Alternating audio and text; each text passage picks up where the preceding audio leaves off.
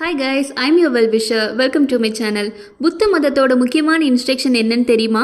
அசைக்க முடியாத மனம்தான் மனிதர்களுக்கு ரொம்ப அவசியமானதுன்னு சொல்கிறாங்க. நம்ம ஃபேஸ் பண்ணுற நிறைய ப்ராப்ளம்ஸ்க்கும் மிஸ் அண்டர்ஸ்டாண்டிங்ஸ்க்கும் நம்மளோட கன்ஃபியூஸ்டு மைண்ட் தான் காரணம்னு சொன்னால் நம்ப முடியுதா? மனசை எப்பயுமே அலைப்பாய விடக்கூடாதுன்னு சொல்கிறாங்க. ஸ்ட்ராங் மைண்ட் இருக்கிறவங்கள பார்த்துருக்கீங்களா? அவங்க எப்பயுமே டீப் சைலன்ஸில் இருப்பாங்க, ட்ரஸ்ட் வர்த்தியாக இருப்பாங்க, எவ்வளோ பெரிய ப்ராப்ளமாக இருந்தாலும் ஈஸியாக வெளிவருவாங்க.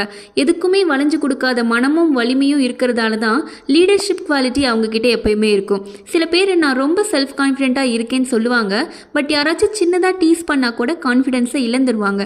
அசைக்க முடியாத நம்பிக்கை அடையணும்னா உயிர் தத்துவ புரிதல் வேணும். அதாவது நம்ம ஆழ் மனசில் நம்ம கடவுளோட கனெக்ட் ஆனவங்கங்கிற புரிதல் இருக்கணும்.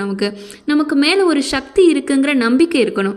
அந்த இறை நம்பிக்கை நமக்கு இல்லைன்னா நம்ம இந்த மெட்டீரியலிஸ்டிக் வேர்ல்டில் பல விஷயங்களுக்கு அடிக்ட் ஆகி விதி அப்படிங்கிற ஒரு ஆற்றுல இலை அடிச்சுட்டு போகிற மாதிரி நம்ம லைஃப்பை வேஸ்ட் பண்ணிடுவோம்.